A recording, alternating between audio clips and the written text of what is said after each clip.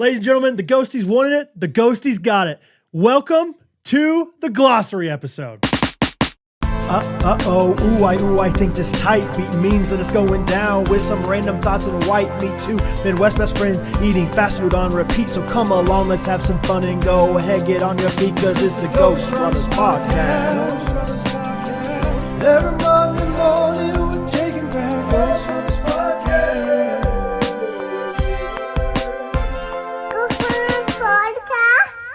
Sorry, was I supposed to let you do something?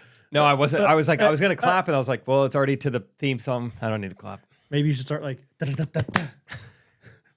Friends style. All right, we are here. My name is Brad Ellis. My name is Jake Triplet. Yeah.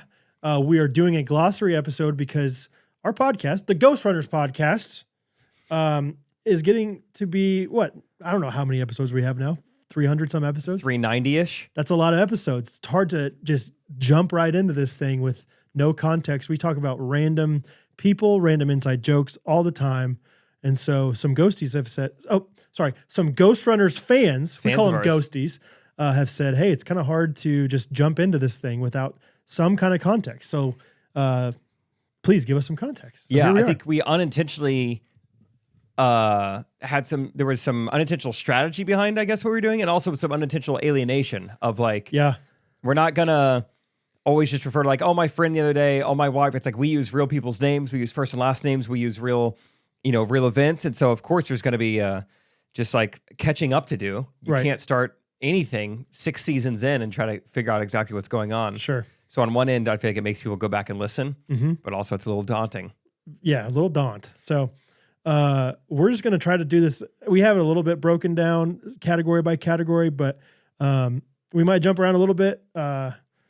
And yeah, we'll just try to break it down as much as we can for you though. So, like I said, my name's Brad Ellis. I grew up in Olathe, Kansas.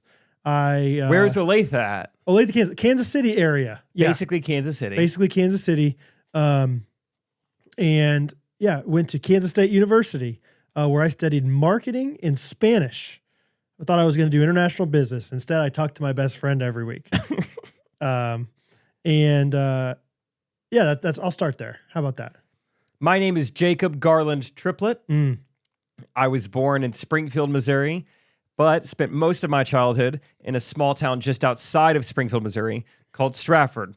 They used to be called the Stratford Indians. It's now 2024, and they are still called the Stratford Indians. Oh, gotcha. You almost got me, yeah. I was like, no way, this is news. So Stratford Indians. Stratford Indians. What'd you do? I got unplugged. Well, it was gonna happen. It's all good. No, Jake. So this is a Christmas tree. If you're unfamiliar. So we're Christians here. It's not a holiday tree. No. Oh! Golly. That was gravity. Let's explain everything. That's right. Exactly. So it's green. Green is yellow and blue together. Yes. Yeah, I grew up in Southwest Missouri, and then I went to college just up the road in Southwest Missouri, Southwest Baptist University. I got a degree that didn't really exist at the time. I'm sure at some point in the podcast I told the story, but essentially it was not accredited when I was there. I took strange classes. It was called sports marketing. I never took a sports marketing class. My second semester senior year, I was taking PE and business. And they were like, you can obviously see how these two blend together. Of course. Figure it out. And then the biggest joke was on me because I didn't get my diploma in the end for not going enough chapel credits. Yes, which is ironic. Because then I end up working in full-time ministry. Yes. And they still wouldn't give me the chapel credits. Right.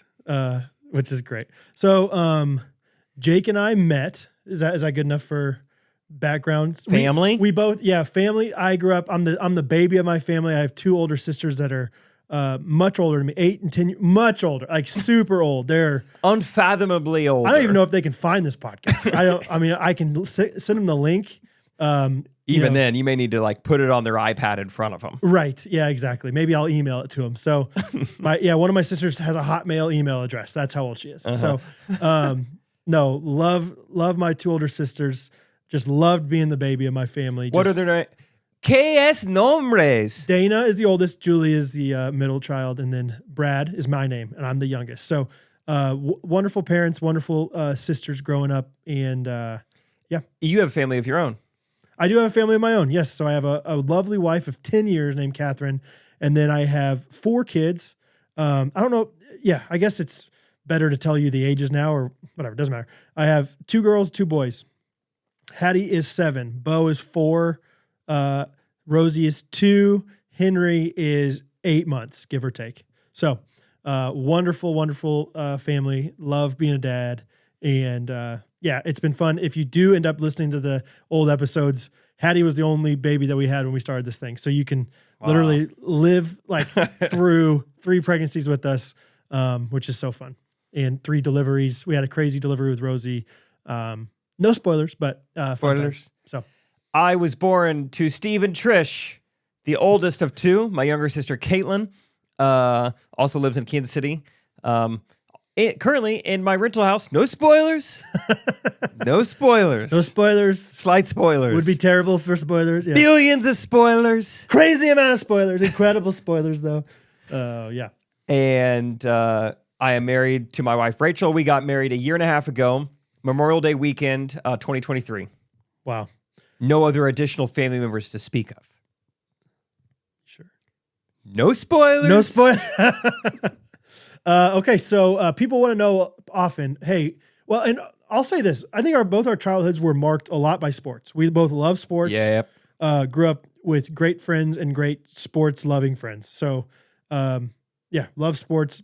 Basketball, baseball, football, I think were our main 3, correct, growing up? Yes, I was, for a while there, I was determined I was going to be the first professional athlete to do all 3 at the pro level. Yeah, and instead you chose one. Well, you figured it out. Yeah, well, eventually I was like, wait, my mom's 5'1". She's a good cheerleader. So my dad one time caught his own punt in high school football. So yeah, this may not work He's out that for me. Fast. Wow. Yeah. That's amazing. Oh man. So, okay, let's talk about the origin of Jake and I and how we became friends. So we both worked together. We both worked at a summer camp called Kanakuk. Kanakuk is in Branson, Missouri. And it's kind of confusing because it's one overarching camp, but there's 8, 10 different locations of the camp. Yeah, if you count KAA. Right. Which I do. Which I do, Jake. Which I do. Yes, it's a Christian athletic camp. Yeah. And different specific camps are more focused on sports, less focused on sports, and they're also different ages and different periods of time. Right. 1 week, 2 week, 4 week.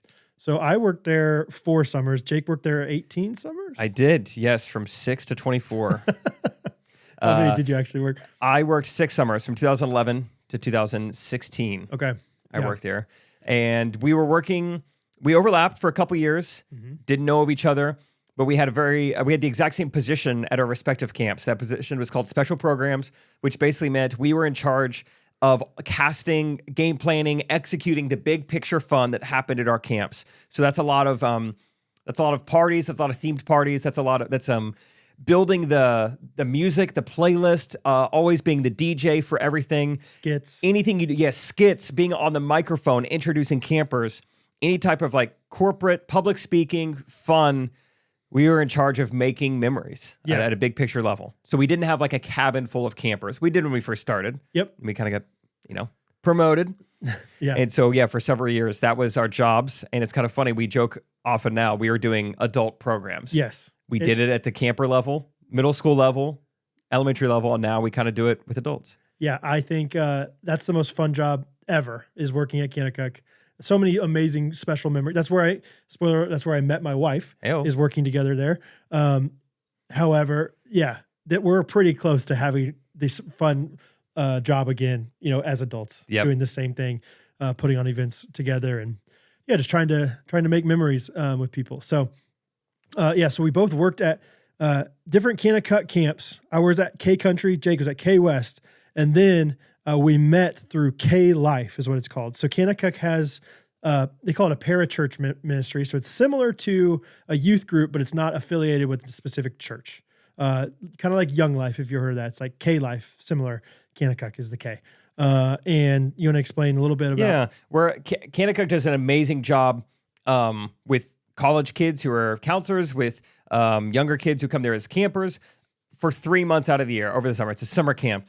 What K-Life does is tries to further implement good habits and good community and continuing to encourage kids on their faith journey throughout the year. So it's a 9-month program in different cities where they take kind of the foundation that Kanakuk has built with different, families and campers and people in these cities, and they do kind of a youth group type looking organization. Yep. So when I got married, Catherine, my wife, was already working for K-Life.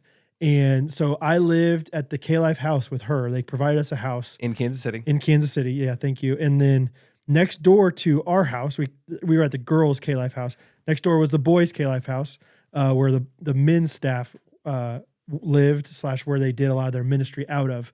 And so my first year, I believe, Jake was still in college. My first year married and living there. And then near the end of that semester is when we met. Jake came up to visit and interview to work as one of the men's staff. And I just remember hitting it off with Jake immediately. It was very fun. Yeah. It was very easy. I'd heard of you. People were like, hey, this is like the K-West version of Brad Ellis. And I meet you and I'm like, no, he's not. Look at this guy. Like we could not look more different. You know what I mean? This is your king. This is the one you sent for me. Yeah, we just hit off right off the bat, just goofing, just laughing, messing with people. I mean, I was still in college, so I was prime messing with people. I didn't mind doing that. Yeah, it was just fun. And Peter Casey, no spoilers, but a friend of ours, he was the men's director, and I knew him from SBU. He was a Bolivar kid. He went to SBU. We were friends. He was a Kanakuk guy as well. So we were friends, and he was the one really hounding me. Mm-hmm. I really want you to work here. Just begging me, just please interview. At least just get an interview. And I was like, all right, fine. I'll do it. I loved it. Ended up taking the job. I moved in with Peter, which is also next door to Brad and Catherine. Yeah. So that's how we met. So we were next door neighbors. I mean, truly next door neighbors, even more than we are now. No spoilers. For 2 straight years. Yeah. Literally next door. I mean, we played MLB Slugfest video game late into the night. What a great era. A lot of Madden. There was one point where we tried to beat each other with every team in Madden. That's so fun. We were like 12 years old again. 100%, dude. It was amazing. It was like we had because eventually, when I graduated college, my first job was working at this company called Cerner, which is like healthcare IT company, big company in Kansas City. And eventually I quit that job because I started developing love for woodworking. Started my own woodworking business called Ellis Custom Creations. And so I was working out of my house, had all the free time, all the flexibility in the world. So I'd be like, yeah, I can stay up as late as I want to play these video games with these guys. Yeah. And most of our work was done after school. Yeah. Once kids are out of school, go hang out with them, go to their games or have people come over. So yeah, from 9 to 3, we were chilling. We were doing just fine. So, I don't know. That's kind of how we originally met. We did some skits together a little bit at K-Life. Yeah, we'd goof. We goofed a little. We did a Justin Bieber. Was that the first video we did together? Or was it I see Royals? what you're saying. Yeah, that was like non-K-Life related, but we did have fun. Yeah, making like YouTube videos together. Yeah, we did. We've done a ton of stuff like that. But maybe the Royals one was the first one we did. I can't remember. It could have been, but we went and interviewed people on the streets and had a blast with that. So yeah, that's where our friendship started. I mean, it was 2 years of spending a ton of time together, next door neighbors, watching the Royals, playing video games, and that's where it all started. And even back then, I feel like there was never any point where it's like, we almost started a YouTube channel or we almost started a podcast. I mean, that was not on our radar at all. I feel like we were both really excited about our individual jobs and really it never crossed my mind to do anything together. No, not anything more than we were just already kind of doing. Mm-hmm. Yeah, you would help out with K-Life. You'd lead worship and stuff. Yep. Eventually it's so hard to like keep it all together, but had this woodworking business that then also allowed me to have some flexibility to be a part-time worship leader at my church. And then eventually was doing woodworking and part-time worship leading and part-time youth ministry. And so that we did like some youth ministry events together a few times.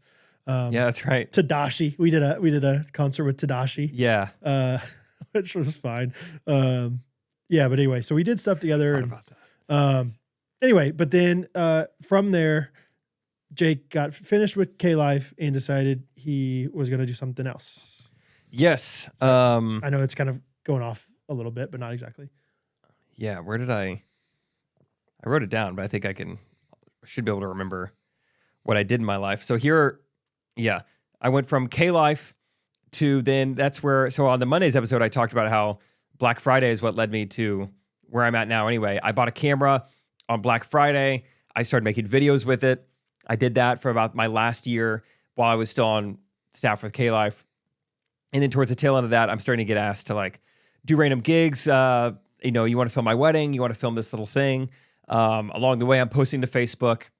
I had a guy named Josh Horton hit me up, who we had only one mutual friend on Facebook, and it was the brother-in-law of this freshman when I was a senior at SBU. So extremely, extremely distant connection. This brother-in-law's name was Joel Harney, who ended up being the officiant at my wedding. No spoilers. He was the brother-in-law of one of my best friends now, Garrett Gibson, who just went on the hunting trip with us. So it's all intertwined. It's really cool. But Josh hits me up. His Instagram was actually Jugglin' Josh. And he says, hey, he has a ton of followers. He's a world famous juggler. He's really good at it, but also crushing social media. He's like, I'm wanting to start a YouTube channel. I'm looking for a guy to help. You want to do it? Long story short, I say, you know what? I'm young. I'm got nothing I'm attached to. I'm going to do it. I finish up my 3-year contract at K-Life and I take the plunge. First person in my family to ever not live in Missouri or Kansas City, I guess. And yeah, moved down to Dallas, where I knew I would have a bunch of friends from Kanakuk and whatnot. And yeah, moved into Josh's house. He had a wife and didn't know them at all, but moved in with him, started this YouTube channel, and lived in Dallas. Yeah. Killed it too. Like you guys made a lot of good videos. Yeah, originally I was just supposed to be his videographer. And then very quickly, I think he was like, oh, you're good on camera. You're like pretty coordinated too. All right, let's just make the whole channel about us together instead of it being called Jugglin' Josh. YouTube channel is called Jake and Josh. We got up to 170,000 subscribers in 1 year. This is before YouTube Shorts. This was like pretty crazy growth. A year passes. I'm having fun. It's overall going well. A ton of travel, a ton of craziness in 1 year. I mean, we filmed with Logan Paul twice when he's at the peak of his career. I would say we filmed, we went on and we were on MTV. We were on Russia's Got Talent. With Pam Anderson gave me a kiss on the cheek. Yep. What else did I do? I was on the Today Show. I got in the Guinness Book of World Records book. A lot happened in 1 year. And I was having fun for sure. Yeah. I don't like go back and romanticize it and be like, I wasn't truly happy. I was happy. I was having fun. My life was a 9 out of 10, but I was like, I bet it could be a 10 out of 10. And so anyway, that leads into the next stage of life, which is me hitting up Trey Kennedy out of the blue and trying to find a reason to move back to Kansas City. I'll just keep going just real quick. Yeah. This is kind of a cool story. I don't know how much I've ever talked about on the podcast. Doesn't matter. This is a Glossary episode. Yeah. Doesn't matter.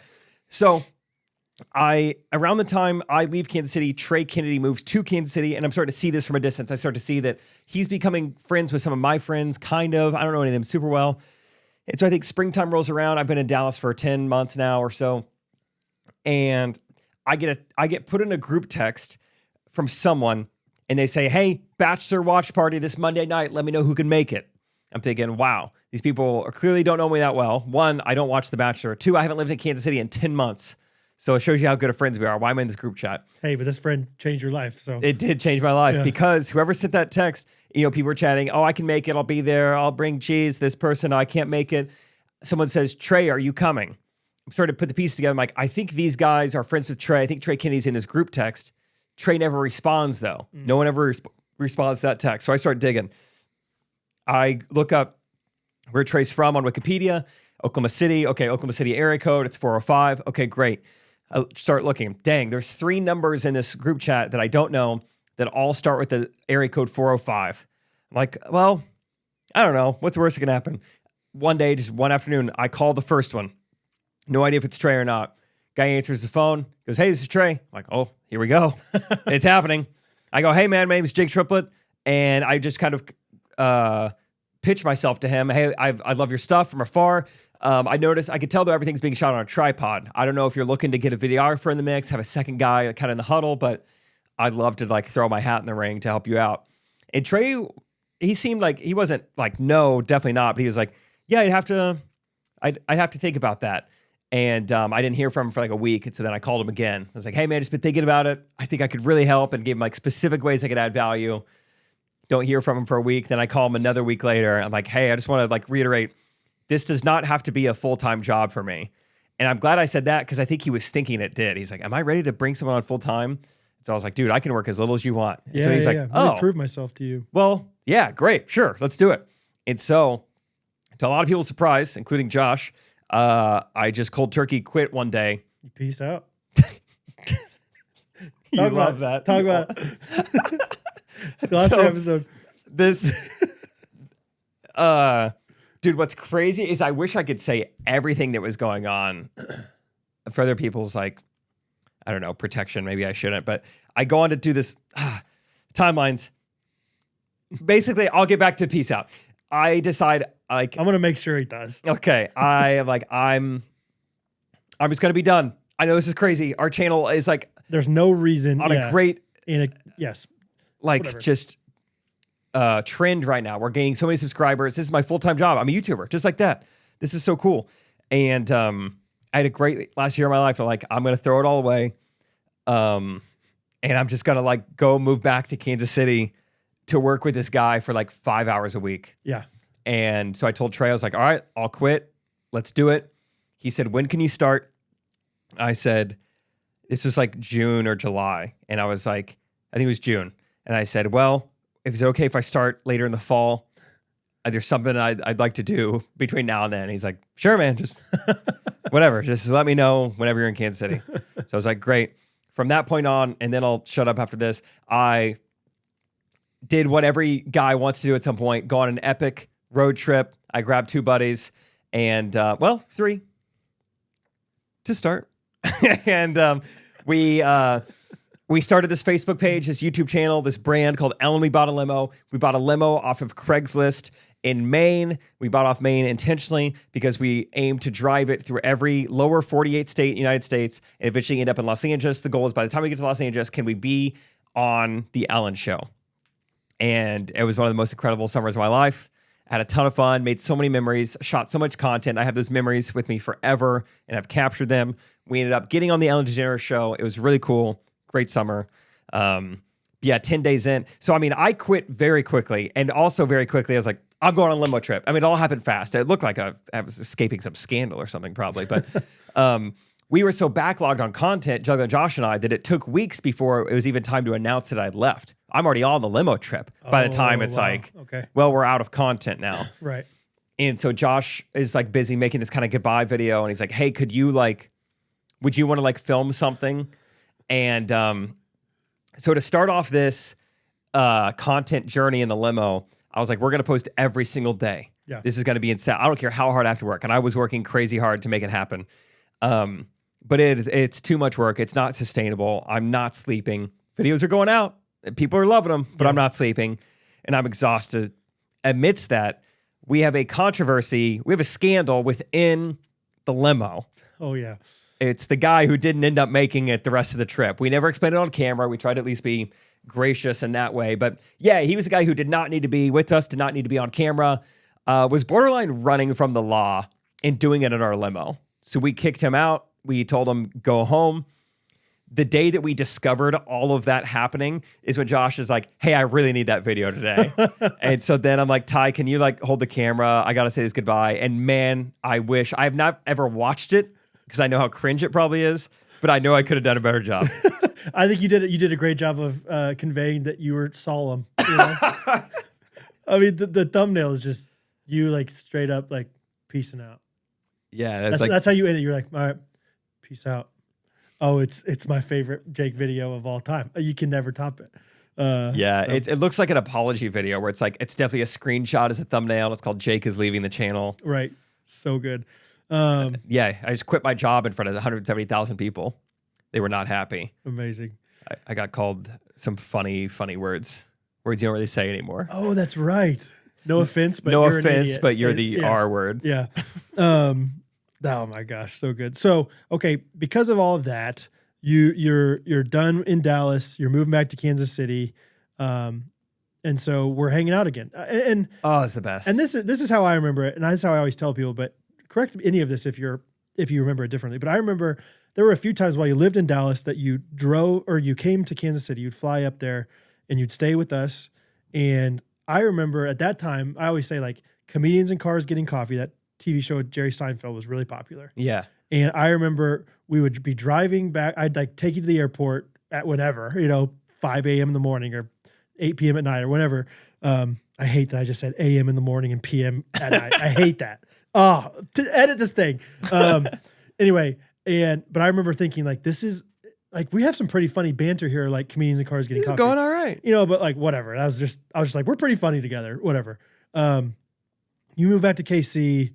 We're hanging out some. It's awesome. It's so fun. You're doing your thing with Trey, doing all this freelance stuff. And I don't remember the conversation. Do you remember? I'm sure you were the one that brought it up with the podcast thing. I don't remember talking about it though. How we got to the podcast. When I moved to Dallas, is right when I got into Serial, which I think is most people's, like if you were early on podcasting, this was your gateway. A true crime podcast was done really well. So I listened to Serial. I really like that. And then I started to find comedy podcasts. The two that I listened to even back then, they're still going today, kind of, was the TMG podcast and The Basement Yard. And both podcasts were similar setups to ours now. We're just two guys just riffing, good friends. And as a consumer of that, I think enough time passed where I was like, I could do this. And I just like it. I like being an audience member. I'd like to contribute to this. And we were playing rec basketball a lot and going to McDonald's afterwards. And I think we just enjoyed our own conversation a lot. They were talking for like 3 hours, just having 4, cups of Coke and just like, yeah, but I don't remember you saying we should start this thing or whatever. I don't remember that. I don't remember how it went. Honestly, it might have been a text. I think that's why I don't really remember it. But I was just like, hey, something along the lines of like, I think just like, would you want to do a podcast with me? Yeah. And I remember going to Chick-fil-A and we picked out podcast mics on Amazon. Yeah. And I think we spent $50 each like for these things. And I remember being like, oh, I guess we're committed now. I hope this works. God.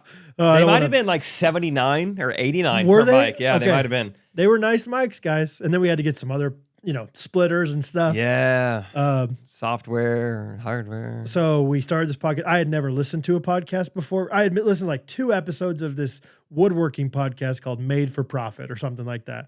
That's great. And I didn't know what I was doing, but I was like, I'll just talk to Jake. I guess that's how we do this thing. And so, yeah, we just started podcasting. We did the first however many episodes in my basement late at night. We didn't know what to call it the first time. And so I just threw out the idea. I was like, well, I always wanted to name a band that I was in, Ghostrunner on Second. Like you would say back when you were playing baseball as a kid, hey, Ghostrunner on Second. And I think then you were like, okay, let's just be called Ghostrunners then. I was like, Yeah. okay. I think it's a little too baseball-y, but I'm down with Ghostrunner. Yeah. And so because I loved the band Death Cab for Cutie as a kid, and everyone just calls them Death Cab. And so I was like, yeah, we call Ghostrunner on Second Ghostrunners podcast. So didn't think anything of it. I think we could definitely have figured out a different name that wasn't so like, is it about ghosts? Is it whatever? But we started it that way. And first couple episodes, I remember being like, I don't know why anybody would listen to this. Right? Like I remember the first episode we ever put out, you, I think, posted on your story or something like, screenshot that you're listening to this and, we'll repost it or something. And I remember Mason Capel, a youth group kid of mine and K-Life kid, was like, dude, I'm 2 minutes into this thing and I'm already crying laughing. Wow. And I was like, Good what? memory. Seriously? What? At what? Like, what do you, like I was just so not confident that this was anything. I remember a little bit of that first episode. I've never gone back and listened to it, but yeah, 5.5 years later. So I remember the only time, Brad and I have never, I can't emphasize this enough, had any kind of strategy when it comes to like the content of like, well, let's make sure we do this at the beginning and then referencing to get at the, we are truly just talking with shorthand notes in front of us about what happened to us this week. Yeah. But the one thing I would say that I was like, I've been very consistently passionate about is like, I want to get into it quick and I don't want to like waste people's time. Yeah. Like if they are giving us the time of day, let's add value immediately. Right. And so one of the things I remember, because I remember feeling a little bad about it in the moment. We just started like, all right, here we go. It's a podcast. Brad, how's it going? Not a good start by me. And you're like, It's good, man. We're just like saying nothing. And internally, I was like, we have to move something along. And I was like, I'm going to interrupt you right there. I remember this. And you're talking about your armpit. Yes, because it was truly something going on. Yeah. And I felt a little bad. I was like, that was an aggressive start. But I was like, I'm ready to get into it. We have to start doing something funny. And then Jake's right away, known you as were the funny. aggressive one out of the two of us, for sure. So, yeah. But I remember some joke. This might have been what Mason Capital was crying laughing at. You said something. I was like, have you ever just been sweating, not doing anything? You're like, Jake, I've been overweight my whole life. Of course, I've been sweating, not doing anything. Yeah, buddy. Yeah. I understand that one. Yeah, exactly. So, And that's about all I remember. yeah. So we started this thing. We eventually went from my basement, while we're being kind of quiet because my 2-year-old daughter is upstairs sleeping. My wife's sleeping. And then we moved out to my wood shop because I have a shop, detached garage at our house. And we got a little bit louder out there. I remember we did some fun things out there. We had a pretty iconic episode where we drove around in my truck the whole time. Yeah. Went through a drive-through at Chick-fil-A, saw our old neighbor, our mailman Mo. Great times with that. It's crazy that that's the same show as this. Correct. Yes. Yeah, that's fun. It's wild, all the differences. And yeah, I went from there. We recorded. Then Jake moved into his own place. He was renting with some friends, so we started recording in that basement. The blue walls. Yep. Yeah, we made some walls for ourselves. We had a little studio at that point. That's what we called it. Yeah. We made some a plywood L-shaped desk. Lived there for a year. New rental house. Recorded in that basement. Yep. Had some floating cube shelves. A lot of floating shelves. Rented that house for a year. Bought a house. And had like a bonus room. Like a no window. Just like... Yeah, probably an office. Meant to be an office or like a It was storage tight, room. but we made it work. Card table. We had a card. We never advanced from that card table there. We were always just content. That was like a borrowed card table from my parents. It was kind of a sad looking studio. Oh, it was very sad. We did not care about the visual representation at all. Yeah. There was nothing on those beige walls at all. So, nope. And then from there, bought this house and then recorded in one of our guest bedrooms. So, okay. A lot of studios over the years. I also wrote down in the notes theme song. There's not that much to say about it. I do kind of remember we've done multiple. I like recorded songs. I sing. We do end the episode with jingles. That kind of randomly happened one time. Jake just spurted on me and it stuck. Ghostrunners fans started writing jingles and parody songs and stuff to things. And anyway, I've done different songs. And I think the theme song was one that I was recording or like trying to make on Jake's computer. Jake had left to go do something and his computer was about to die. And I was like, I don't have much opportunities here. Or maybe I had to, whatever. I was on a time crunch. I just remember being like, I don't know. I like messed with some like effects on my voice to sound a little like reverby and like had a little echoey thing, harmony and stuff. And then put Hattie, my daughter's voice at the bottom or at the end of it from a voice memo that she said. And it stuck. And the beat was from Ghostrunners fan, a ghosty, that sent it to us. And I was like, I don't know, I'll just mess with it. So I bet I wrote that thing in 7 minutes. Like, it was not. Yeah. Edited it super quickly. People have been asking like, who else singing in there? Sometimes I feel like I swear I hear Jake. Other times I swear I hear Trey. It's all Brad and Hattie. Yeah. It's just me like messing around. Yeah. With Hattie at the end there. So, that's the origin of the theme song. Nothing crazy with it. I just remember literally thinking the battery's going to run out on this thing and I don't want to come back and mess with this. I remember that. So, that's that.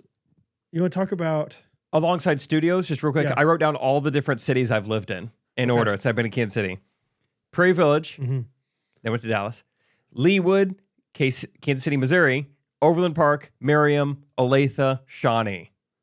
There's a lot to kind of keep track of, but that's all the ones I've lived in. I'm tripped up with Leawood. When did you live in? That was when I lived with the shoemaker's basement. Sure. With the dog. Yeah, you love that dog. Moose. Yeah. Love that dog. Gold doodle. Good times. Yep. I haven't lived that many. We've lived in the same house for a long time. Yep. We're all, whatever. I don't want to, no spoilers. But we have some great neighbors now. So, Good Ranchers has no hormones, no antibiotics, no seed oils, steakhouse quality, fast shipping. You can get ham right now if you order with GRKC. It's American meat delivered. It's chicken, it's pork, it's beef. seafood, whatever you want. It's GoodRanchers.com, GRKC. I like that style. Just go for all the points right away. Some podcast hosts, they try to make it too casual. What if we did bullet points only? Yeah, that's good. It's the best meat you'll ever have in your life. GRKC holiday ham, $110 value, free expedited shipping. GRKC, GoodRanchers.com. See ya. Seriously though, no, it is though. Everything we said is true. Everything's true. Everything is There's nothing. I can't squeak out anything else. It's bullet points only with this guy. Just understand that there's no meat better than Good Ranchers. Yep. You can go spend as much as you're spending on an entire month's worth of steak from Good Ranchers. You can go to a cruddy, Yep. steakhouse down the road that thinks it's high up prime.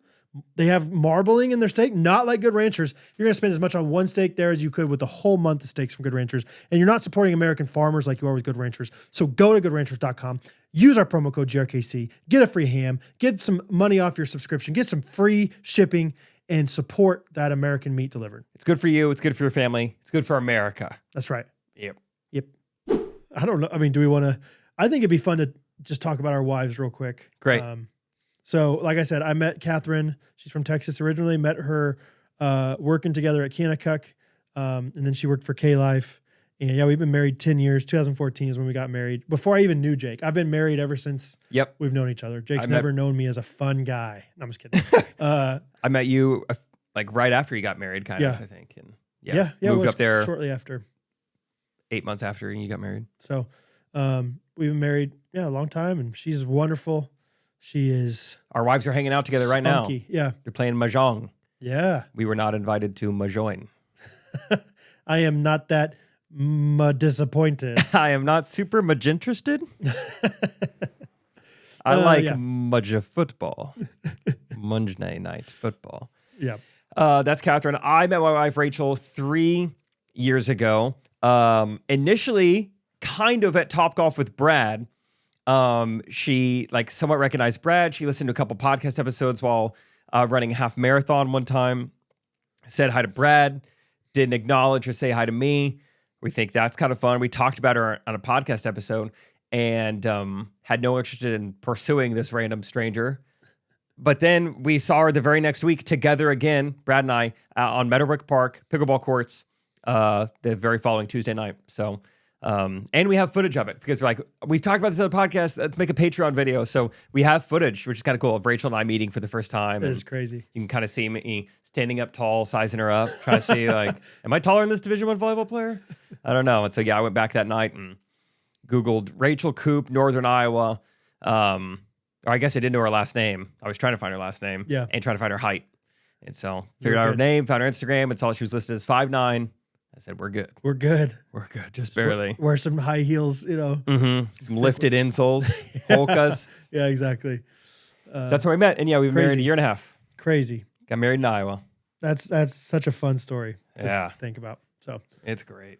There's some different characters that you might hear us reference. By characters, I mean people that we talk about. I feel like one of the things that we kind of accidentally did that I love is just include our fans as minor character celebrities within the podcast. It's Jake and Brad on the Ghostrunners, but there's a million. We could say so many different people that aren't on this list. Yeah. But for time's sake, first and foremost, Ghostrunners character, super fan extraordinaire, Kirsty Swick. In my opinion, she was the first person that I can remember that was a fan of ours. Yeah, the first person to really show interest, on a deeper level. She started a fan account before we even had our own Instagram account. There was a Ghostrunners fan account, and it was so funny. It was deep cuts from the podcast, deep jokes, making her own graphic design type stuff and office theme stuff. I was this person, guy, I don't know. Yeah, they're very funny. So good. They understand us well. They understand the office well. It was kind of a wild feeling to be do we have a fan? Do we have fans that they don't know who we are and they're just doing this? Or is this my mom? I remember intricately looking at one of the pictures they posted and we're those look like a guy's hands. But earlier it seemed like it was a girl. Who is doing this? And it was Kirsty Swick. We've now become friends with her. Her husband just went hunting with us. Mm-hmm. And I was trying to think of some joke. His safety's never on. That's why he has 4 kids. There you go. Something like that. Something. Yeah. So shout out to Kirsty. Yeah, I'll just keep going down this list. Knack Baxter's another one. Both of them. Both of them. Yeah. Tell that story. Yeah, just real quick. There was this Knack. His name is Nicholas Butler, who's just an early fan, really funny, loved any like contribution he had to the podcast. And I think he named himself Knack Baxter. Yeah, it's like his screen name or whatever on. And then somewhere along the way, there was someone else named Knack Baxter who also listens to this podcast. Or yeah, Nick Baxter, I think. Yes. Yeah. And an equally awesome guy. I had a phone call with him just a couple months ago. Yeah. He runs food trucks. Yeah. Really helpful. I love them both. Good guy. So that's Knack. He's a Knack Baxter, original doctor. Yep. Good guy. There was a season where we got free Chick-fil-A for like a year. Every time we went in, if this one person, this very special person was working, his name is Mr. James. Yeah. It was unreal. It was like we would get up to the front of the line to order and be like, is James here today? And they go back and get him. And then whatever we ordered was free every time. For, a long time. I mean, it was unbelievable. I still think about those days. I'm like, we made thousands of dollars. I bet I was going 4 or 5 times a week. I think we hurt the Chick-fil-A corporate bottom line. A little bit. We affected it. Yeah. We put the hurt on them. Yeah, the Kathy's yacht was a little smaller that year. So Mr. James is awesome. He's a tall, skinny white guy. A lot of people joked at one point when they finally saw what he looked like, because we did an episode inside at Chick-fil-A. They were really surprised. They thought maybe he was an Indian guy or a black guy. Nope, tall, skinny white guy. He also made an appearance at our first ever, somewhat, Ghostrunners kind of meetup. It was called F12, and Mr. James was sitting right there, front row. Yeah. And people got to meet him as well. And I still hear from Mr. James occasionally. Yeah. He's getting into pickleball, so every now and then he'll text me about that. That's fun. And then another wonderful employee from Chick-fil-A, his name is Domi. Still there. Domi for people curious. Yep. Still there. She's a wonderful Mexican woman who is just, she's an older woman and very blunt, very ready to talk to you, ready to tell you if you did something wrong. So friendly though. When Catherine was pregnant, she got frustrated with her for drinking kombucha. She really wants us to go Catholic. That's her big quote that you might see people saying, or you should really go Catholic. That's the big thing. You should really go Catholic. You should really go Catholic. So if you hear us say any kind of "you should really go blank," that's a Domi reference. You should really go Catholic. So that's Domi. She's wonderful. Yeah, she's still working there. She's still killing it. Every time you see her, welcome to Chick-fil-A. Where's your friend? Where's your friend? Where's your table friend? It's not free anymore, Domi, so he doesn't come.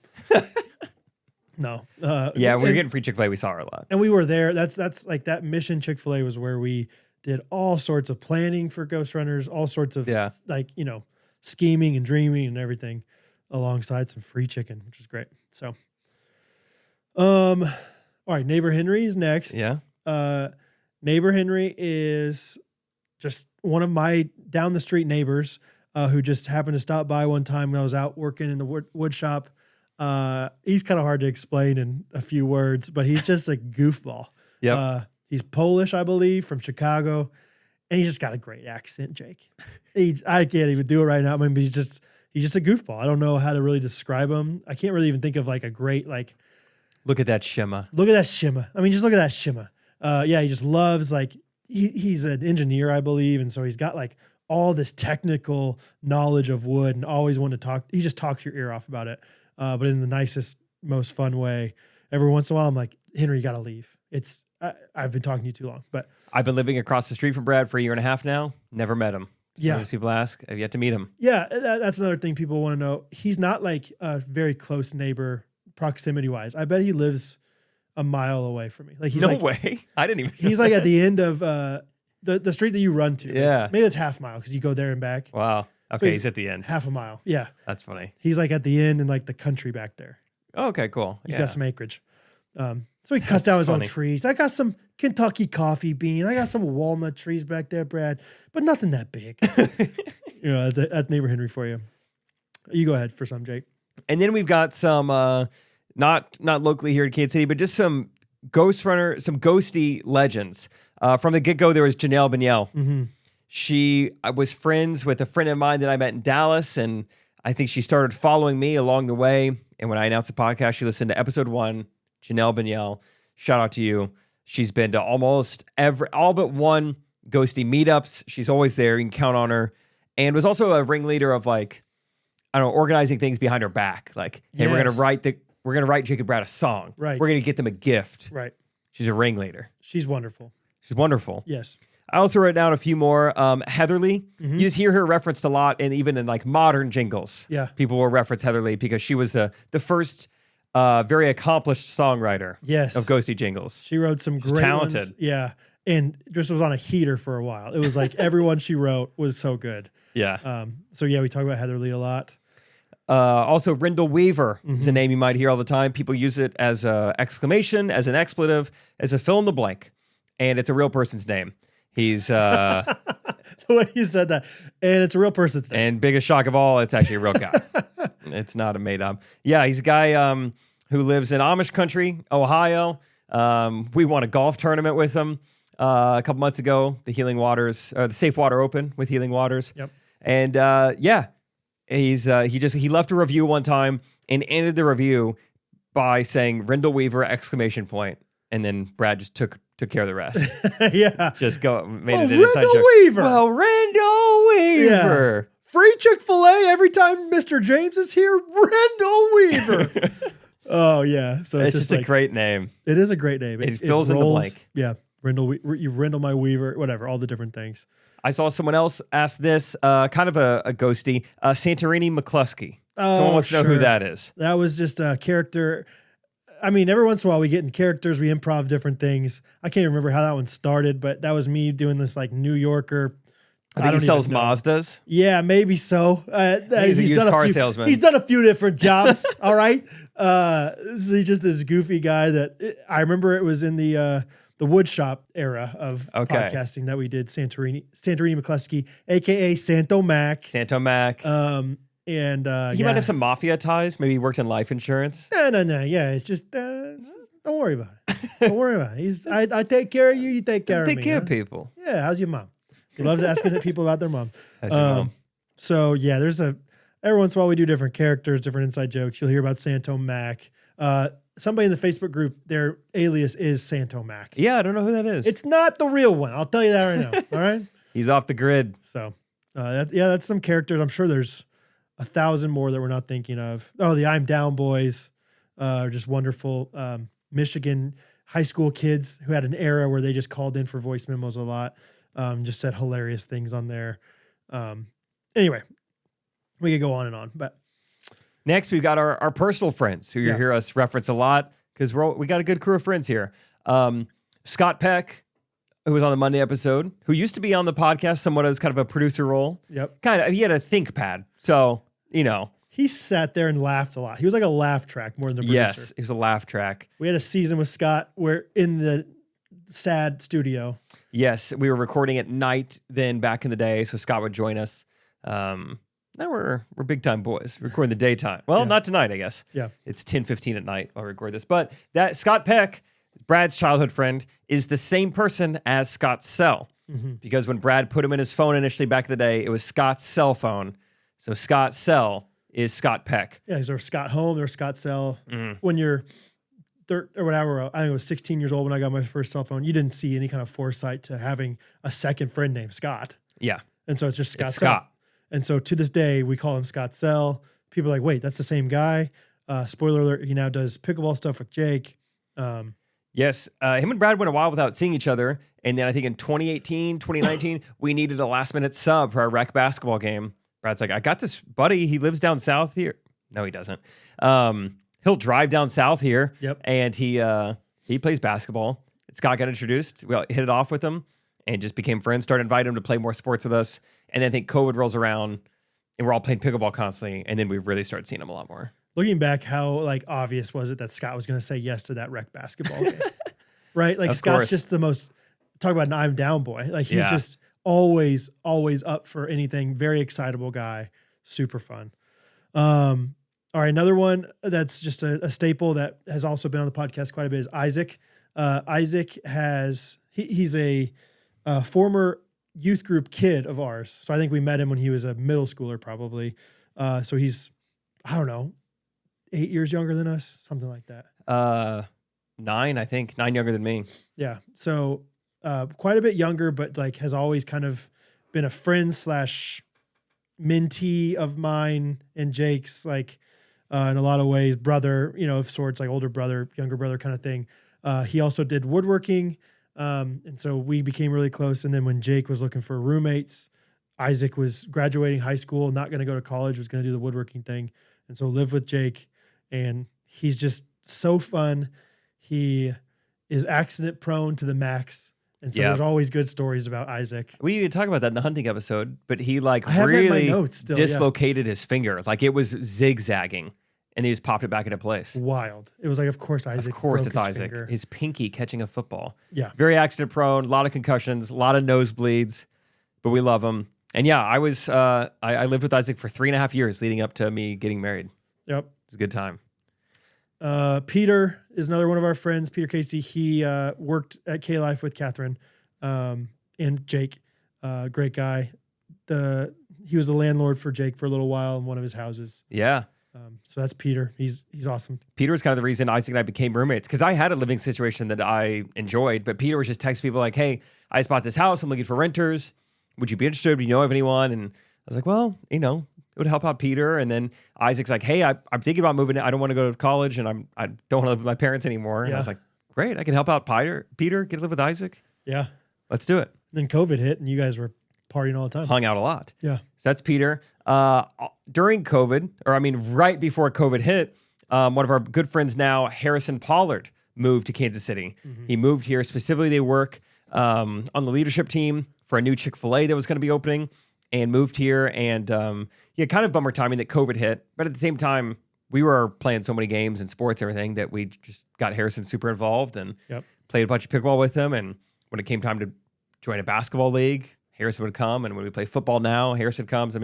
He was just like all these guys. He was a groomsman at my wedding and was on the hunting trip, and just a great friend. Yep. Eventually married a Kanakuk friend of ours. Yeah, I married a girl that I've known for 10 years from Kanakuk. Then there's Gunner.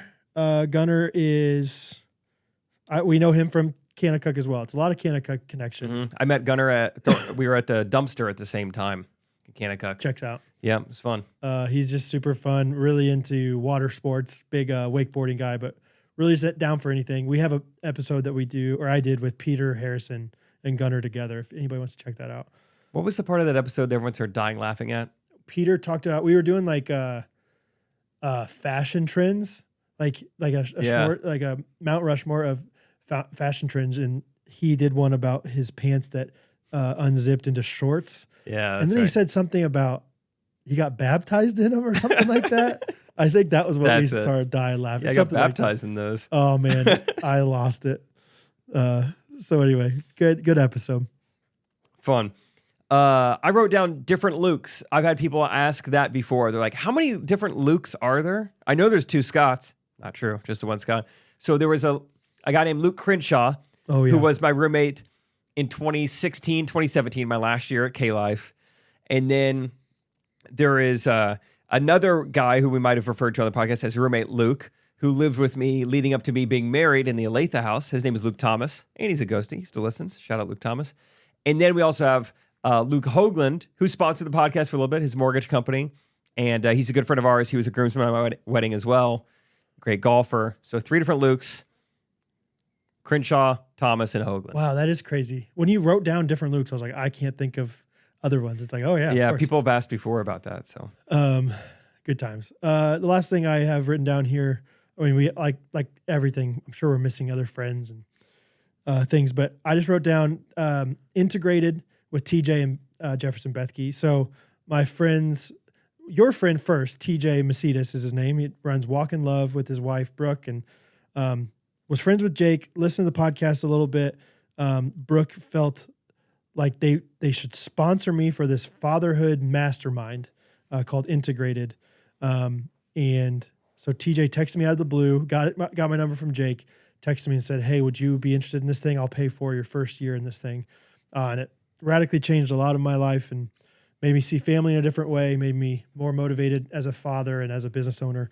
And it was run by Jefferson Bethke and Jeremy Pryor. And so we've had TJ on the podcast multiple times. We've had Bethke on for a few episodes as well. And they're just good guys. Bethke's a Christian influencer of sorts. He's an author and does different things. And just so fun. If you're interested in just like a high energy, who's even talking right now episode. Listen to that one in Hawaii. But they're just really good guys and really good men. And yeah, that's them. Those are our friends. Those are our friends. Next, Brad, you should give a rundown of your kids and / their births. Yeah. Let's see. I don't want to give too much of specifics, I guess, but Hattie was born in 2017. I remember when we told you we were pregnant with Hattie, and it was that was like one of my favorite. You're one of my favorite people to tell we were pregnant, because you were just like, you had like an existential crisis or something. I was freaking like, out. Oh my gosh! Like, whoa, dude. I don't know. Was I your first friend to like have a kid? You think? Yeah, I think you had to. Oh well, maybe not. Yeah, but like more in like later young maybe adulthood. Like, whoa, you guys are like in my stage. I'm gonna see this kid. Changing. Yeah. So Hattie's the oldest, and then Bo was born right after our first episode, video episode, I believe, in 2020. Wow. Ish. And so, yeah, he's wonderful. Rosie was the one that has the crazy birth story. Should I give the spoiler alert now? I suppose I should if that's what we're doing here. But listen to the crazy birth story episode. But long story short, we delivered her at home, and the midwife did not make it in time, and so I delivered her at home with my wife's help. And then Henry was born this past year at home as well. So they're all great. They're all so fun. And yeah, I can't say enough great things about being a dad to them. So they're wonderful. Great. Next in the glossary, we've kind of went over a little portion of this, but I want to talk about our jobs that we've had over the course of young adulthood and the podcast. So in order of different things I've done and kind of the brands I've started. So it started from college. I go to K-Life, then I go to Jugglin' Josh, then I take the limo trip, and then I begin working for Trey, super part-time, while still being like a freelance videographer, doing a lot of weddings, commercials, whatever. A year goes by. I then become full-time with Trey as his writer, videographer, editor, everything. Around that time was when we start Ghostrunners. Shortly after that is when I start doing stand-up comedy with Trey. From there, year or two later, we get Brad involved with the content. We start Jean Shorts comedy. Then Trey asked me to be on Correct Opinions full-time. Then we start Girls Gone Mild, the female comedy channel with our friends Lindsay and Morgan. Then Trey and I start Mood Swings. Then I start Friday Pickleball. Which is what? Sorry. Mood Swings is golf. Yep. It's golf comedy. Golf videos. Still going today. Yep. Got an email from Vice today, though, said we are no longer sponsoring you. Well, no worries. This is a Glossary episode, so let's not include that because we don't know. Hey. Respond back to him and say, the heck you aren't. And then I started Friday Pickleball. And then most recently, I franchised a food truck called Bondi Bowls that has been open one day so far. It was a great day, though, Jake. It was a great day. It was a magical day. Yep. It's a food truck that we sell smoothie bowls. Hoping to have a big 2025. Huge. By the time you're listening to this, probably billions of bowls. You know all about the bowls. They're great bowls all over Kansas City. I did not write down my list here, but like I said, worked at Cerner Healthcare IT, quit there to work, do my own thing, making custom furniture with Alice Custom Creations. While doing that, also led worship at church for almost 5 years, and did youth ministry stuff, like kind of like interim, but then became full time permanent for a second. Pastor there for a bit. Yeah, it was kind of like this. Yeah, it was interesting. And then started Ghostrunners, started Jean Shorts. Oh, $5 joke writer. That's true. Jake found a comedy gig on Craigslist. That was like, we'll send you $250 for 50 not knock jokes, but like terrible, cheesy jokes for kids. Yeah. And for whatever reason, I could spout them off like it was breathing. Yep. Yeah. And so I bet I made $5,000 doing that. At least. Like I made so much money that was how I spent my time. Like I'd be driving and I'd see a random sign. I'd be like, I could write a joke about that sign. Just voice memoing. Oh, just notes, all boom, boom, boom. So yeah, I made some money doing that. I've done some speaking gigs. I've dabbled in stand-up, but not anything like Jake. Jake's done 500 shows.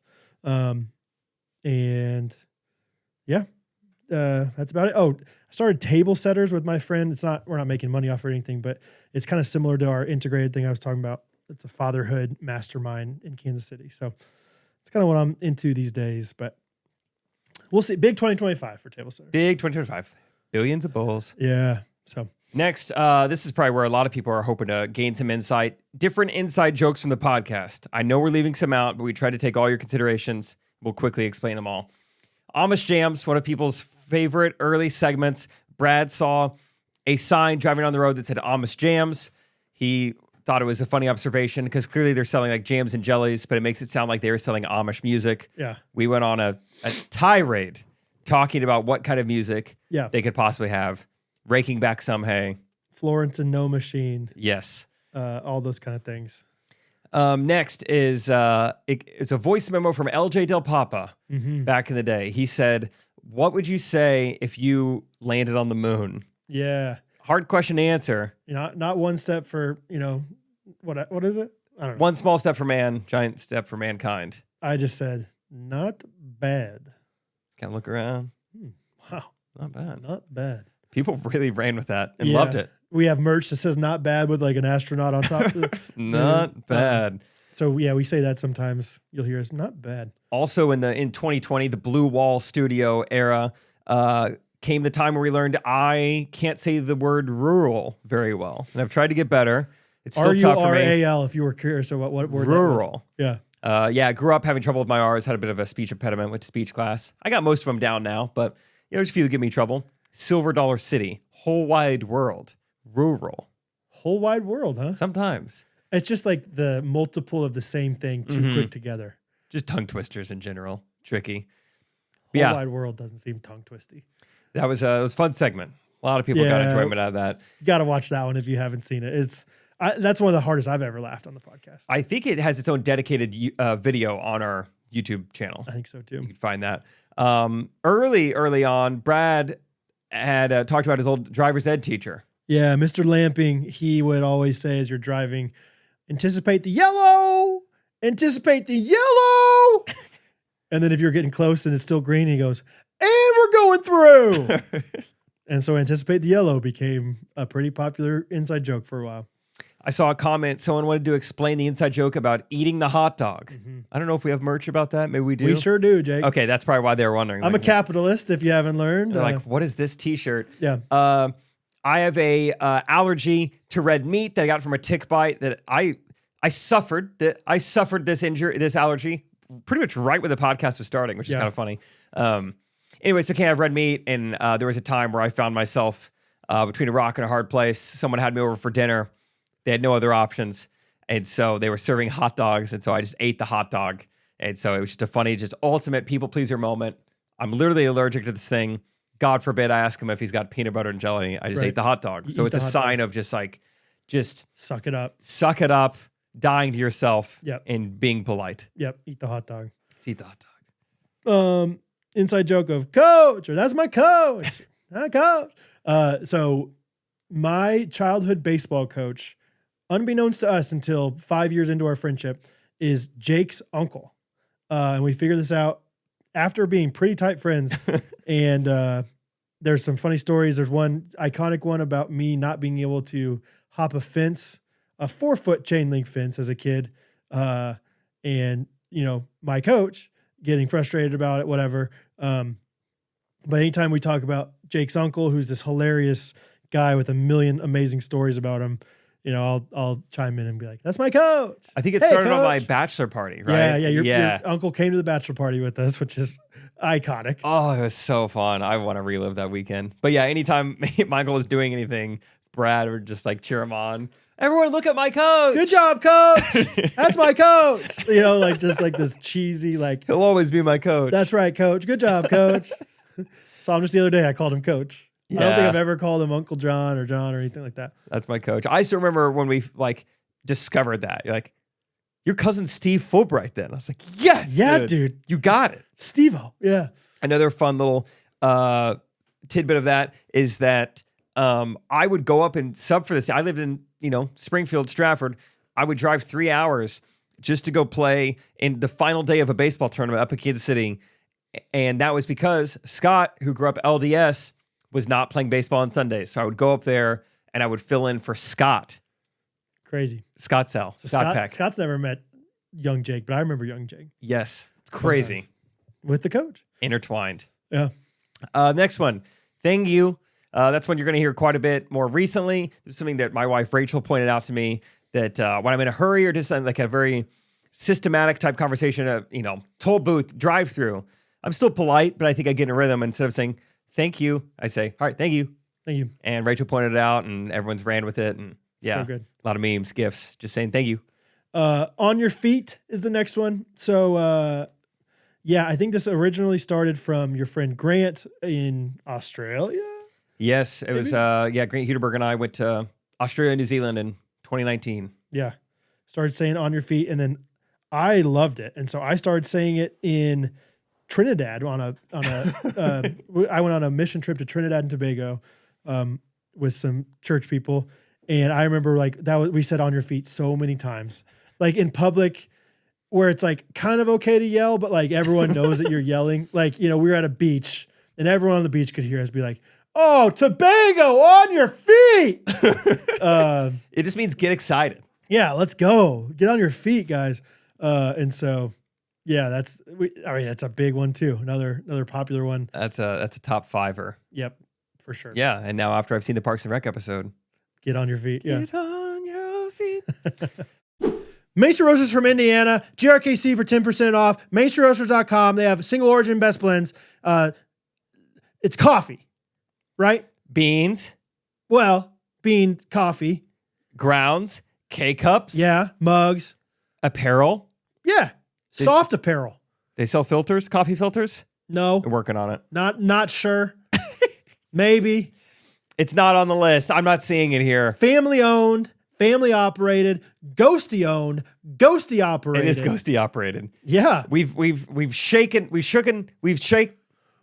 They took my hand in their hand. Shot. And we went up and down. SHOUGHT. We shot hands. Mm-hmm. And where was I going with this? Well, isn't that pretty cool? With the owners. With the people Yeah. who started this company, who run this company. We know exactly who we're promoting. We know exactly who we want you to support, and we put our full faith in them. Mm-hmm. Please consider buying some coffee, buying some K-cups for you, for a friend, for a loved one, for a relative this Christmas season from Maestro Roasters. GRKC for 10% off, of course. Thank you. Of course. One from about, a year and a half ago or so, Cinnamon Swirl. I was doing a stand-up show. I was on the road on tour. I think it was in Spokane, Washington. And I do what I often do is I walk around and I talk to local people, baristas, trying to get content for the night. What do I need to know about Toledo? What do I need to know about Spokane? I'm a comedian. I'm performing tonight. And just the least informative person of all time. She's like, man, it's just, there's really not much traffic. One of those. Mm-hmm. But I was like, well, I should at least buy something. She recommended the Cinnamon Swirl. And it did a number on me. And it had red meat in it. Let's just put it that way. Yeah, it really, really did not react well with my stomach, and so it's just a story from the podcast that now Cinnamon Swirl almost replaces like the word diarrhea. I feel like I got the cinnamon swirls, right? And I had several ghosties after. Oh, I think there was some part of that story where I ran out of boxers or something too. You were commando for some reason. Yeah. Or I got really sweaty that day, and then I had the cinnamon swirls. I didn't have time to shower. I just think it was a gross night. It was a wild, yeah. Yeah, we went golfing that day or played pickleball or something. It's not a great day. Yeah, so did you say you're on tour for stand-up? Yeah, and then performed that night. And yeah, said hi to fans, took pictures with ghosties. They had no idea what I went through. That's wild. Okay, Head Gobbler is another one that's just a funny time where we laughed really hard. Scott, when he was here one time, Scott Sell was talking about the turkey trot, and we convinced him somehow. He could be a bit gullible at times. Very gullible. It's so fun. We convinced him that one person has to dress up like the turkey. Well, it's a turkey trot, but there's a real turkey you're like trying to find. Right. Yeah, that's right. It's like a scavenger hunt for the turkey. And so I started like trying to explain it. Like we could tell, Jake and I have done so many improv things like this where we can tell. Oh, we can mess with Catherine. Great. We can mess with anyone new to the group. Oh yeah. And so I started explaining this idea of the head gobbler, and I couldn't get through it. That was the breaking point. Dying laughing. And yeah, we just messed with Scott. So head gobbler. Head gobbler, just made up. Yep. You might see the horse's ornament on Brad's camera right now. It's become an inside joke for the past year. One of our segments, Schmores, which is short for Mount Rushmore. It means your top 4 favorite things, like the 4 presidents. We did the Schmores of smells. Timon's first pick was horses, which the first thing you think about horses is just like a gross stable with poop. Yeah. And it really shocked Brad and I. That was his first pick. And we'll talk about who Timon is here in a second too. Yes, good point. Yeah.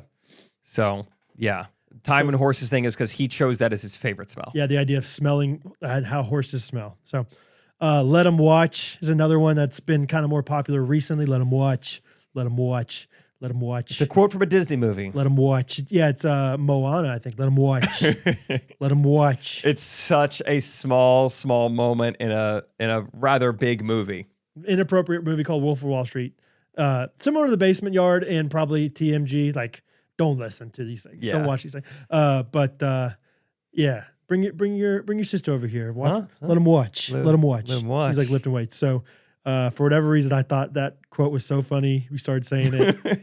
Let them watch. Let them watch. And then there are other iterations. Yeah. Oh, you dropped it. Let him watch. Let them watch. You need some tape on that. Let him scotch. It's just a fun thing. Let them watch. So that's Let them watch. Scott still loves it. Next one, I'll try to tell this one quickly. Someone commented it though. Brian Turnbow. Like, where's that come from? This is a story that I told in the podcast, but it happened back in college. Very improvised, very quickly, almost like what Brad and I were talking about with the head gobbler. We decided to play a prank on this guy. Pretty good prank if they're gullible enough, where we convinced a guy named Brian Turnbow that he had a speech impediment. Although he didn't. And this is the first time he's ever being told he has a speech impediment. So he's freaking out.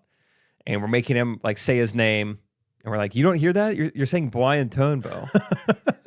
No, I don't hear that. No one's ever told me that. And yeah, it was just a fun story. Eventually he called his mom. We lost it. His mom's like, no, you don't have a speech impediment. Your friends are messing with you.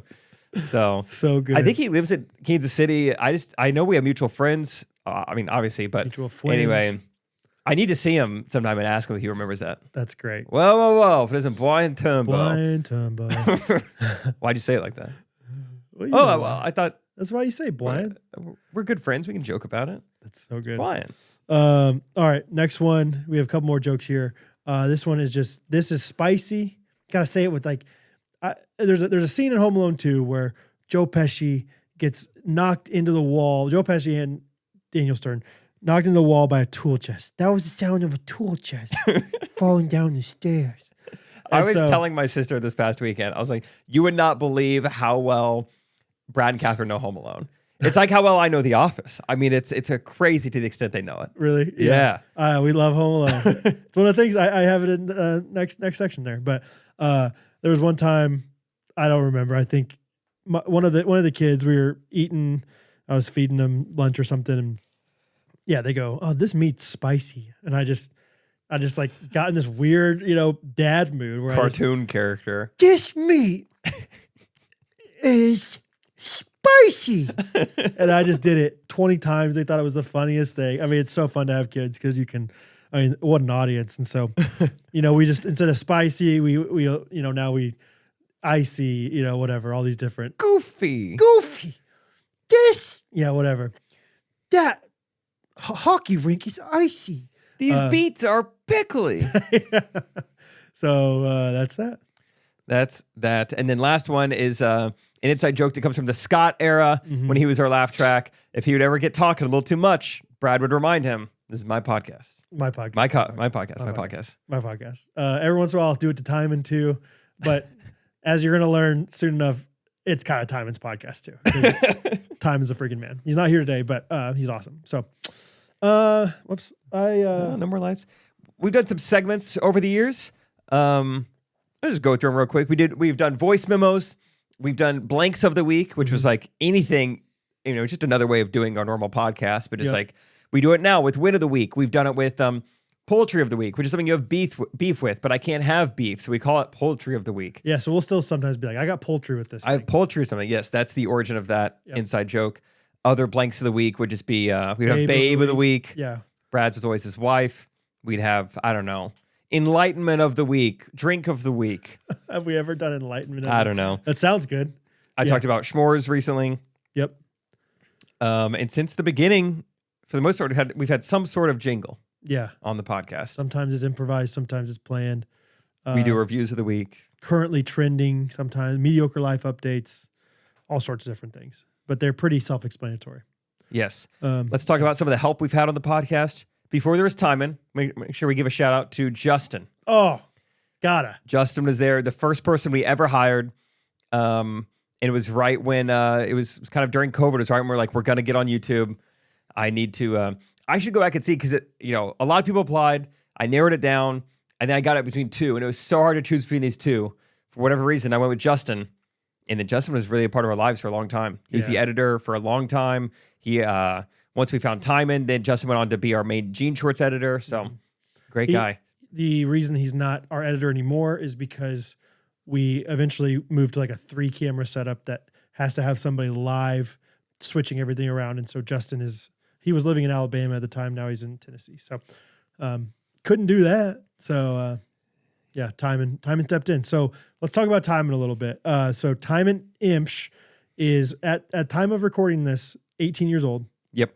At time of recording this, pubescent. No, I'm just kidding. At the time of recording this, he's a homeschool kid. He's wonderful. He comes from a large family. I believe he's the second oldest of 8, and just a wonderful kid. Loves theater, loves choir, loves musicals, and has just blossomed into his own. I think he's been helping us for a year and a half now. Originally got connected with us because he messaged you or Gene Shorts. I just went to find it. Okay. December 13th, 2022. Hey, what's up, Jake? I'm Timon Imsh. I'm a big fan of your comedy. I'm a videographer and editor. I live in Kansas City. I'd love to be a part of your shoots with your Gene Shorts, whatever videos you work on.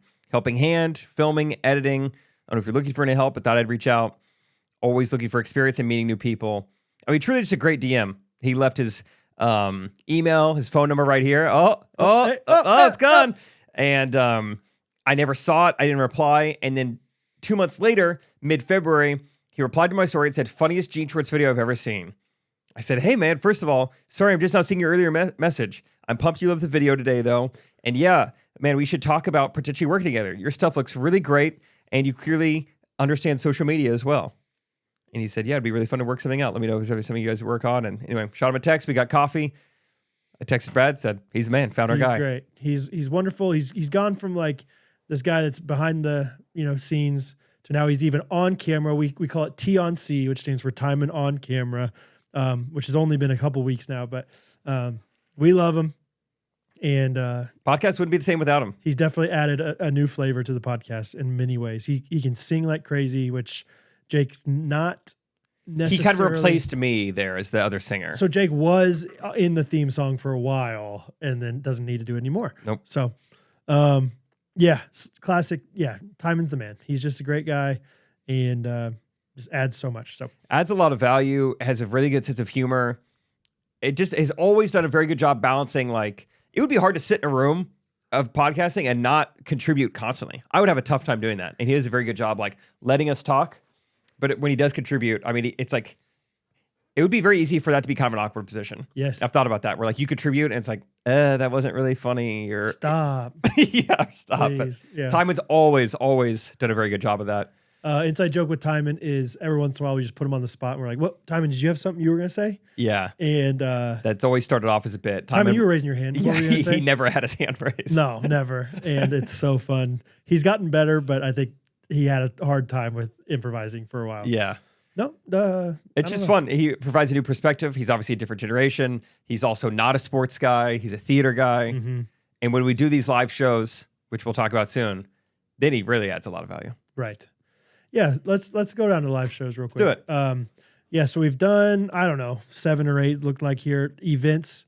Our first one that we ever did where we met fans was we were playing in a rec basketball league, and it was looking like we were going to make the championship. And where we were playing our basketball games was at this old arena in Kansas City that, they renovated and to make these awesome basketball courts, but they still have hundreds and thousands of seats at this place that no one sits in. And so I thought, what if we just invited our Ghostrunners fans, ghosties, to the game? I was obsessed with that idea. Yeah. I couldn't believe how good of an idea it was. Yeah. Like, we should absolutely do this. How fun would it be if like 20 fans showed up. Right. And then this other team's like, what are these 20 people doing here? And so it seemed like a lot of people were coming. There was a family coming from Virginia, Oregon. I was like, this is going to be amazing. And next Thursday, guys, next Thursday. Guys, put it on your calendar. You're like, it's going to be so fun. We're going to make it so fun. We're going to do a podcast next day, whatever. And we get a message, 2 days before that was like, hey, FYI, there's a graduation the same time. So we have to move your game back a week. I remember exactly where I was and the exact panic I felt. I had just parked my car in downtown Kansas City, about to go into Messenger Coffee. We were going to have a little riding session together. Yeah. And I immediately got back in my car. I texted Trey, emergency just came up. I'm not going to be in there for 15 minutes. Yeah. And then I think called you, texted you. I remember texting you, dude. That's all I texted. Dude. Yes. That's when you know it's bad. Like, dude. And we just go into, PR spin, trying to figure out. So I think I recorded a voice memo on my phone, 2 minutes long, and I posted it as a podcast. So it was like, emergency pod, if you're planning on coming to the game. It just got canceled. So we didn't really have a Facebook page back then. We had no way to communicate very well. Maybe we had Instagram. We might have had Instagram. Crazy. I mean, could not have been whatever. Such a bummer. Our first ever in-person event. So we still met up with the people that were planning on coming, went to barbecue with them and stuff, but ended up doing it the next week. And we had 90 some people came. They dressed up. They made signs. My parents came up. Yeah, there were people that dressed up like bananas and all these different inside jokes and amazing things. Huge banner, all these fun things. End up losing the game. Which, I was going to say, do you remember? I think we had to play 2 games that night. The semifinal was. Yes. So we win the semifinal and we're like, all right, good. We fulfilled what we meant to do. They're here for the championship game. And then the other team is like, all right, y'all can just have it. We're going to head out. We're like, what? No, these people are here to see the championship game. Yeah, we borderline begged them. Yeah, they're like, I mean, you guys are going to win. Look at all these fans. We We're had played exhausted. them earlier in the year. We whooped them. It's like, all right. Yeah, they're like, no, you guys just take it. We're like, no, seriously. We've got people. I mean, you were begging them. These guys right there. See those guys? Those are high school kids who drove here from Oregon. Yeah, or whatever. 2-day long drive. They came here to watch the championship game. Could you please just play against us? Yes. I was about to get really bad. I was like, oh my gosh, you're just gonna bail because we have fans here. Listen, man. There's a bunch of people that graduated last week, and so they missed it. And finally convinced them to play us, and then we lost. So that was our own doing. Anyway, still have never won a rec tournament or a rec league. That last one's hard to win. Hard to swallow. How does Mahomes do it? Yeah, exactly. F12 was our next event, which just happened in February on February 12th. So we call it F12. Just had the idea of that was a really fun event with the basketball game. We got to do something else. Nothing fun happens in February. So let's invite people to do something in February. Yep. That was the rationale. It was great. I mean, we did it at was it a Plex pod? Yeah. A co-working space had a large, event space. And I mean, tickets were $10 or something and sold 250, 300 tickets. 300 or more. Yeah. That was insane. And very well attended. It was so fun. This was I introduced Rachel to everyone. We had been kind of privately dating for months at that point, 6 months probably. And it was Rachel's parents' first time seeing really anything I'd ever done before. And so that was a big weekend for us. It was so fun. And it was just also a special weekend. We put a lot of work into it. Justin was there to help us out a ton. Mm-hmm. And it was just very memory filled. Oh yeah. We went to Chick-fil-A after and we had 300 people in this Chick-fil-A. It was one of the crazier scenes I've ever been a part of. It was wall to wall, shoulder to shoulder at Chick-fil-A, but it was so the Chick-fil-A people loved it. Ghosty sang us a song. I cried, whatever. I cry all the time, so it's fine. But great time. It was great. Somewhere in the next year or so, I got hit up by this influencer tourism type company. It's we help influencers take their fans on trips. We got pretty far down the road on this. And then credit to Brad, he was just dude, I think we could just do this on our own. Of course, me, I'm just dude, but what if we just paid someone and didn't have to worry about it? And anyway, we ended up we love the concept of this. It was going to be in Belize, I think is where we were going to try to go. Yeah. And it was $4,000 per person.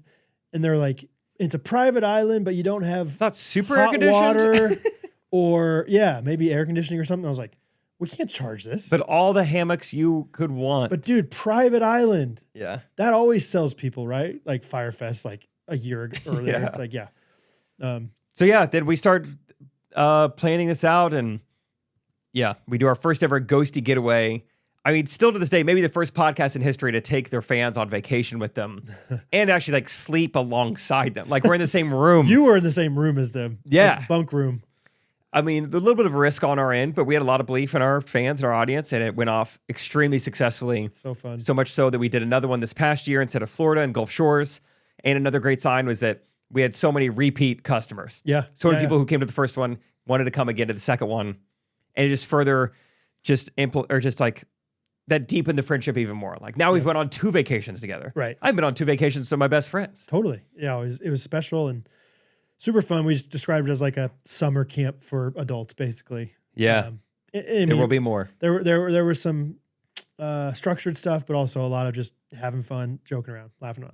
So lots of fun. And then more recently, last couple months, or I don't know, recently, 2024, we had 2 different events, one in Branson and one in Indiana. We did an event in Branson with Silver Dollar City, which is their amusement park there. We also did a pickleball night beforehand and then a worship service Sunday morning after. And that was a ton of fun. I could get in the habit of doing that every year. I think, and I loved Indiana too. I mean, it was so great. I think both those were relatively easy for how much fun and sweet it was. Because when you compare it to, Grandezvous, forgot to talk about that. Oh, I'm sorry. Yeah, Grandezvous in between. Grandezvous was the thing we did, which it's so fun. I don't know if we ever talked about this. We've been planning it for a long time. Like, make sure you guys mark your calendars. August 26th, it's going to be the Comedy Central roast of Jake Triplett, and we're going to the Trey and Jake comedy show. Like, it's going to be an amazing weekend. Bondi Bowl's coming up here, but we never had a name for it. And then it's like, all right, we need to finally tell all the details on the podcast. Yeah. We're sitting right here. And we're like, Timon was over there. We're like, what are we going to call it? And so we're brainstorming. And then, I mean, right then and there, Brad was like, what about Grandezvous? I was like, oh, we're not going to come up with anything better than that. So it happened very spontaneously. But great name. Grandezvous was fun. Yeah. Because it was like, hey, we're getting people together. Rendezvous. But we're Ghost. Boo. Boo. Yeah. So I would say we're somewhat on a yearly rhythm now where it's like one vacation that 30 people can come to and one bigger event that's more maybe live podcast focused, comedy focused that hundreds of people can come to. Yeah. And so we've done a few of those in Kansas City. And then recently we did one in Missouri and Indiana. And they were both fun. Indiana, we have a sponsor, Main Street Roasters, which I'm sure you've heard about by now. I mean, I would think. Yeah. But they are in a small town in Indiana. And we just hung out with ghosties all day in Indiana. It was so much fun. So sweet. Sometimes when I'm describing this to people, I'll say like, our podcast is not big enough to go on tour. So instead we invite our fans to come to us. Like we do one show per year and you have to come to us. Sure. Yeah. It's like reverse going on tour. That's how I was telling it to Kenny. Good boy. Good boy. Yep. Just went on a pheasant hunting trip. If you don't know that, if you really just started listening, literally, this is your first episode. And there was a guy named Kenny who said, good boy. Good boy. Anyway, good times. We'll end up with a few of these things. And then Jake, if you have anything else, but I just wrote down some favorites of ours, host favorites. Some of these are me, some of these are Jake, some of these are both of us.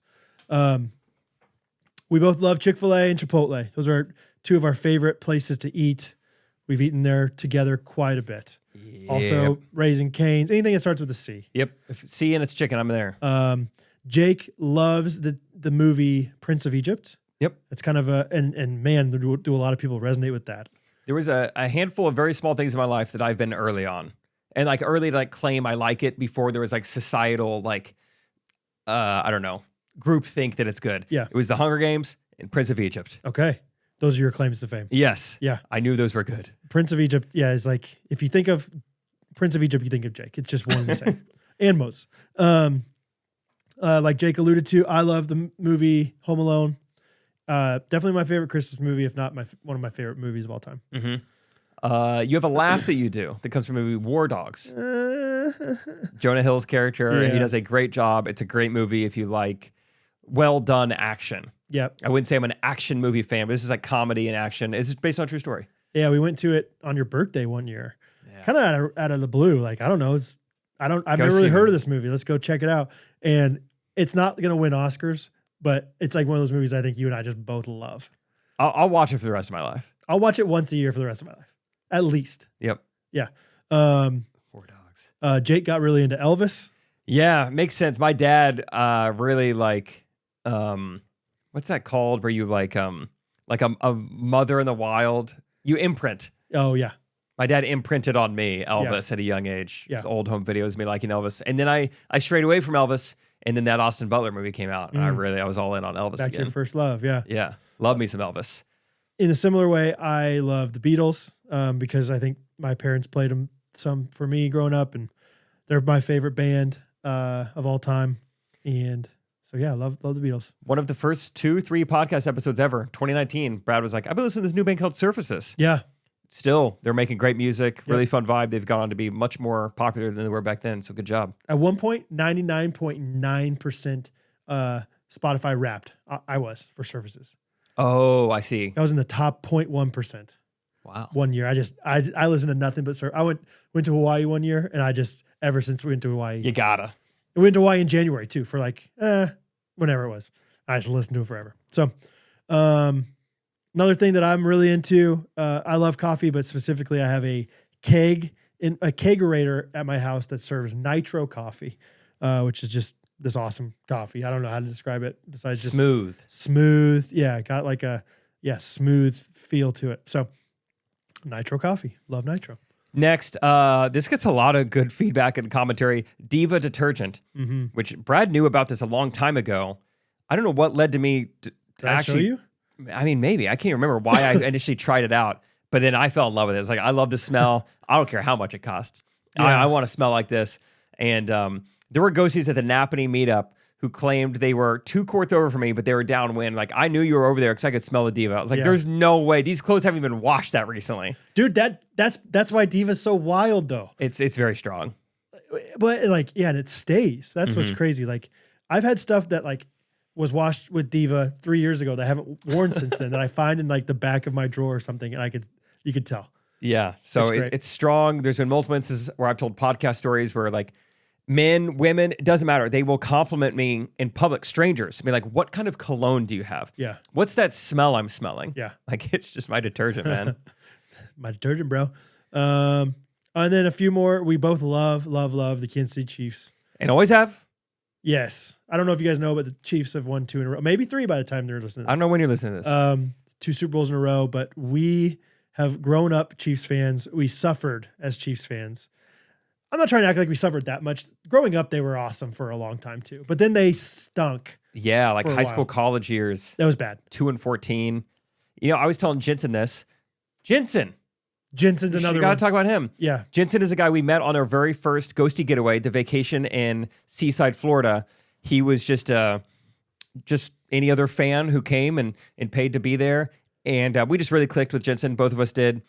He works in youth ministry and just a stud of a guy, and have become good friends with him now. But he was my roommate on the hunting trip. And I was telling him, I was like, there's a year, I think 2012, the Chiefs went 2-14 and sent 6 people to the Pro Bowl. Yeah. It's crazy. We had all this individual talent, but no quarterback, so it doesn't matter. It truly doesn't. And then we got him.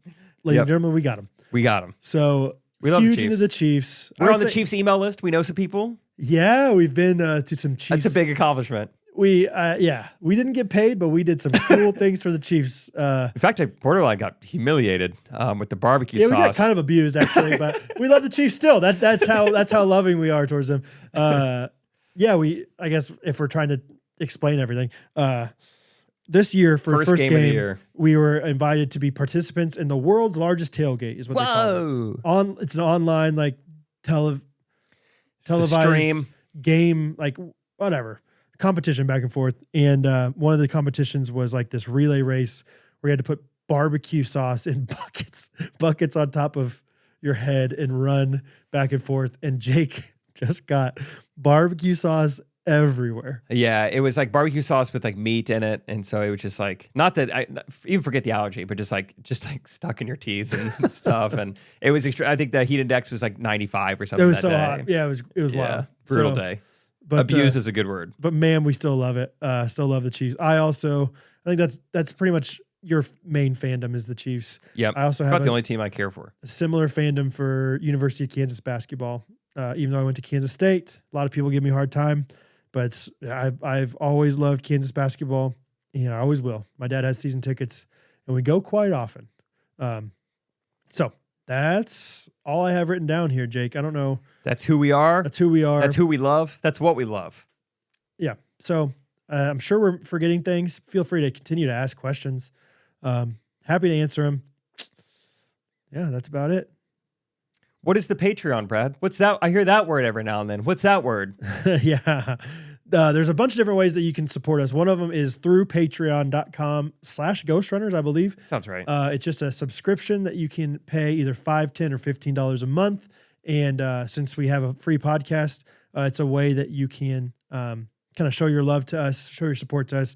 We release the episodes a day early, most of the time, and we also put some exclusive. Yeah, every now and then, if things. there's anything that makes extra sense to put on, Right. to give to you guys, we'll put it on the Patreon first. Sometimes the patrons have given us ideas for segments or things like that. Yeah. So try to kind of have a little bit of a sounding board on there at times, but mainly it's just a way that we have some exclusive content in exchange for some extra support from you. We also have merch that you can buy, and it always helps if you support our sponsors as well. So yeah, we're very blessed with this thing. I don't think we ever anticipated any, like Jake said, I don't think we ever anticipated any of this happening. It's just completely providential. I feel like that it's gone the way it has and that we're making money off this thing. And so we're just thankful that you're here, thankful for listening. Yeah, we hope that you enjoy this. I hope this is a good kickstart for you, I suppose. Yeah. If you've listened to this whole episode. This is a long episode, but we got longer. So Yes. We would humbly ask that you tell a friend. yes, It's the best way for us to grow the podcast. that might be the only way. Yeah. Honestly, It's the best and only way. A personal recommendation. We've gone through seasons where we try to go viral on like clips on Instagram. It's done jack squat. What's the point? I mean, it's one of those things. I think you got to go viral 100 times, 100 maybe times. before you see any type of. Right. Bump. So the main thing you can do is tell your friends this might be a good episode to start if they're a little bit on the fence. But we're usually even more high energy than this. I know we're going crazy right now, but yeah, thank you guys for listening. Yeah, this podcast right now is recording. It's 11 p.m. Mm-hmm. And I've already done 3 podcasts earlier today. Wild. No problem. No problem though. High energy. It's what we do. So, all right. We love you guys. We'll see you Monday with another new episode. We come out with episodes every Monday and Wednesday. And we're on YouTube. We're on Instagram. We're online. We're on other things. So I'm going to stop talking now. Love you guys. See ya. Ghostrunners Podcast. Everybody.